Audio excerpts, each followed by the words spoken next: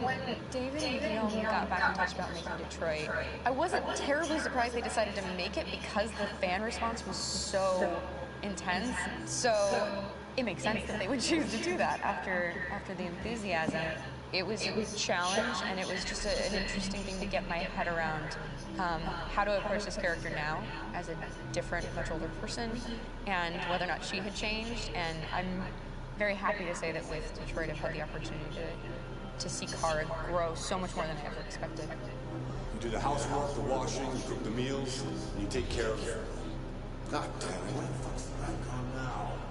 Alice! Alice! I mean, she starts out essentially how she does in Kara in a very, not robotic, but, you know, android other way, and getting to take this journey where she becomes more and more human as it goes on. You know, and as an actor, that's a wonderful exploration in every way, whether it's how she sits, her posture, how her voice changes, how emotions change, and how much emotion is based on things like empathy and social experience. And so having, you know, as much material as I got with David to have this huge, nuanced arc was really incredible.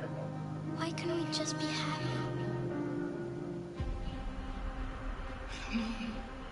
This experience has been quite different than the experiences I've had shooting film or TV or doing theater work. I have 83 dots on my face and, you know, really flattering black wetsuit type thing, and you're jumping around with props, and it's kind of like being a 10-year-old imaginative kid, which is fun. There's 80 cameras around us. It's already lit. So we just shoot and shoot and shoot and shoot and shoot. There's no change of sets, there's no hair and makeup, there's no wardrobe, so we move really fast, and we'll go through about 35 pages in a day. Working in TV or film, we'll probably do 6 pages a day. It's kind of acting boot camp. It's like working out constantly. I mean, you're doing this thing, and then you got to do something that's completely other, back to back to back. And so that kind of process of working is very challenging, but it's also very exciting because you just have to keep coming up with new ideas.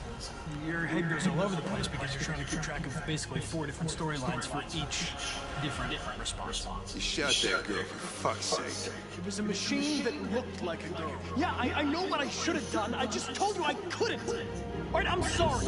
The fact that David Cage, he's telling like many stories interwoven from beginning to end is super complicated and super impressive, and I have no idea how he keeps it all in his head. He's not just the writer or the director seeing this from the outside eye, he's also thinking about the player walking through this space. You know, only somebody who really, really loves not the work, but like these characters and the stories and cares about doing something meaningful would invest that much in it, and it's always inspiring to work with somebody who cares that much. My experience with motion capture is this one. And I found it sort of terrifying in a way, because they said the computer's going to build you. But then, as we got into it, I realized all the elements of it were still artistic. I just dipped into a really brilliant setup here. I've never seen anything like it. And this won't turn me into a product because I was playing a character. So it's wonderful. And the game Detroit comes back because of a revolutionary industrial rebirth. And there's no reason why that can't happen in Detroit, because they have such tremendous infrastructure for millions and millions of people who can very easily support, you know, a new industry. The city is really strong and resilient, but the city has also been through so much. You see the damage, but it takes that time of kind of rebuilding and reinvesting into the city that I think is happening slowly but surely. The potential of Detroit as a city is something that this game does a lot of justice to, because it would be easy to look at Detroit as some place that used to be, and that's not the case. This game provokes a lot of conversation and reflection on our potential near future engagement with machines. That's what we are to them. There's merchandise on display in a shop window. I think that a group that feels marginalized, feels like they deserve and have earned access to themselves and the environment around them, and are trying to figure out a way to articulate how to get freedom. What was I designed to be? Their slave? Their toy?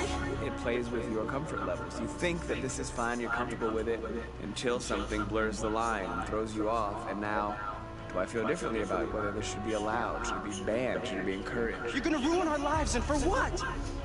For a bunch of machines? They are not machines! They are alive! I'm alive! You're alive! They're nothing! There are lots of comparable comparisons to any type of persecution of religion, race, etc., dating way back. It can't just be a video game where you shoot them up or where people make these choices to do whatever. I think that's the whole point. You have the choice, and you can either choose to go in one direction with your character or another. And I think that's going to be very telling about the game. Very telling. I think there's going to be a really strong reaction to this game, which has such a strong perspective. I'm that much more proud of it now to get to be a part of it because it's important. In this game, you're actively building and designing the character through not just what kind of shield does he have or what color hair does she have, but like their temperament and the way they deal with problems. The different endings to this game are so radically different based off maybe seemingly insignificant choices in the moment, but like life, they all add up. Can't play life again.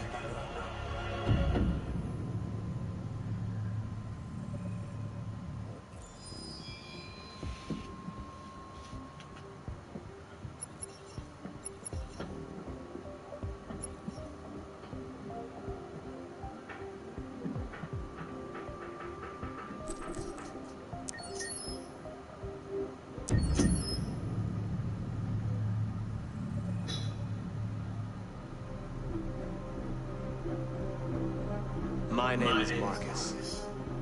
My name is Connor. My name is Kara. I am one of them. This is our story. I think who Kara is, or how I would describe Kara, depends entirely upon who's playing her. Because you have the option to make her multiple different people depending on the choices she makes.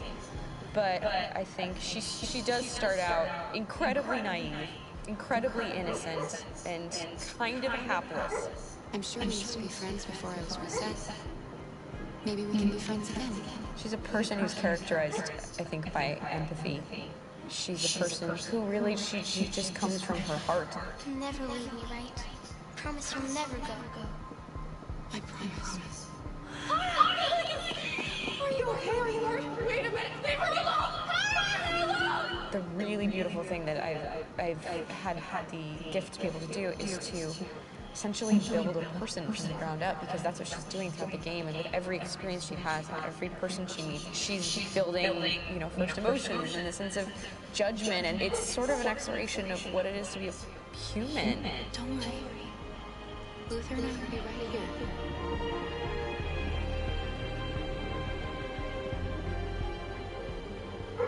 David and the creators have painted a really intriguing and engaging picture of a near future where we rely upon androids for a lot of our service class business, the class that serves us, that helps us, that handles our baristas and our drivers and our housemaids. And what is humanity, where we tap into it, how and why we treat each other the way that we do. And my character Marcus has a really intriguing journey, becoming deviant, realizing that he actually has feelings and human qualities inside of him, and it's a really incredible ascension into becoming fully realized and coming to terms with what you actually deserve better than this in life. And not only do you want it for yourself, but you want it for your peers. We've come here to demonstrate peacefully and to tell humans that we are also living beings. All we want is to live free. You know what? This thing, Dad, is not your son. It's a fucking machine! I think that a group that feels marginalized, feels disenfranchised, feels like they deserve and have earned access to themselves and the environment around them, and are trying to figure out a way to articulate how to get freedom. Connor is analytical. Connor takes things literally. He starts in the beginning place where he's very mechanical. He feels nothing inside, of course, and it's all just a system or protocol that he's executing to get whatever he wants to happen, which is help humans stop deviants and to find the link between deviant androids. You were designed to serve humans, not kill them! What was I designed to be? Their slave? their toy? Just say, I killed him. Is it that hard to say? Stop it! Stop! But of course, over the course of the story, and depending on the player's choices, Connor can grow in many different ways. He can deviate from that procedure or not. The moment of truth, Hank. Am I a living being? Or just a machine?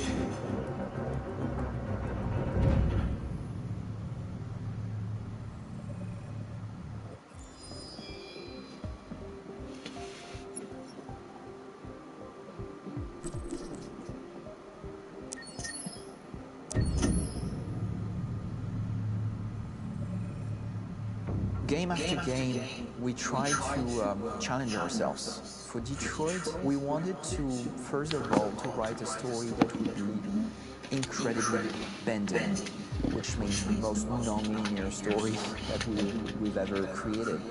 And we wanted really the player to have the possibility to change the story, change his own journey. When you're writing at Quantic, you're writing for an interactive medium.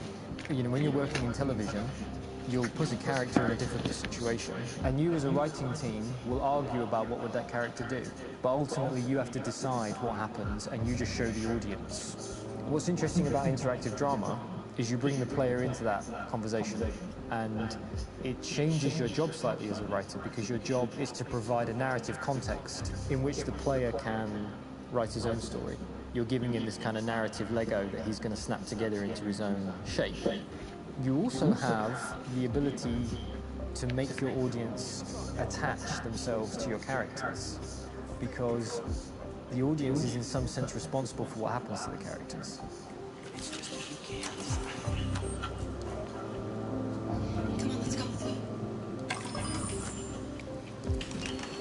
We have some cash now. You used me to steal that money. How could you do that? I trusted you. What's a bit specific about this scripts is how large they are. If you take a film script, there are about 100 pages, but here we have to deal with a script that is between 4,000 and 5,000 pages. Everything becomes bigger because we don't just tell one story, but we tell all the possible stories that can be told within this narrative space.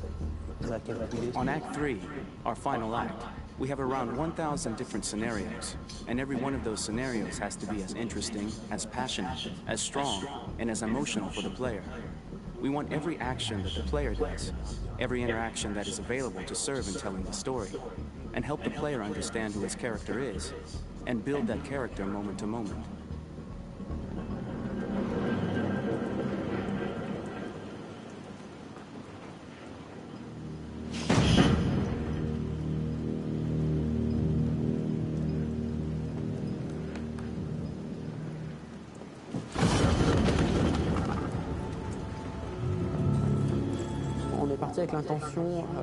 We started with the intention pretty early on that we would never lie to the player. So we implemented a visible tree structure in the game that players can consult during a scene or at the end of it, which shows exactly what they did and what they missed. There are games out there offering world exploration. We offer narrative exploration. You know, keeping control of such a wide and large story is a huge challenge. So same thing when you shoot with actors, because you will need to shoot many different versions of each dialogue, of each scene. For actors, it's a huge challenge. Because of the style of the game, you have so many different ways that the character can go. Every decision is what I call kind of choose your own adventure. Like every decision that the player makes, it's going to open up 40 more pages of material and experience that ties in, which means as a performer, you have to try to continue to make things feel real that the player might not ever see, but also that in performance it's not always connected to a previous act. It's grueling, it's hard work, but it's a great team and I enjoy doing it. I was really frustrated. I was until I got to this point where I kind of was able to step outside of my own experience and even in a lot of ways my own process and be able to step outside of that. Okay, this is something new. What do you need? How do I meet you there? How do I give you what you need and still feel like I'm doing what's right? And once I did that, then all of a sudden it got really fun. It was much freer, and having to approach it in a new way and think about the player and think about how it serves them and what I'm doing for them or what I'm letting them into. It's really, I think, helped me grow in general. Remember, there's nothing on the left. That's a wall, so it's probably all there. And then make her come first, close. But I think you would go first to check that it's safe. Okay, sure.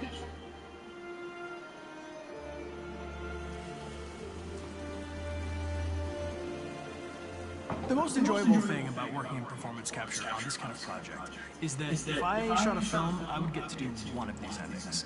I get to do so many different things as Connor. Your head goes all over the place because you're trying to keep track of basically 4 different storylines for each different response. What's the name of my dog? Buddy? Scout. I think it's Jack.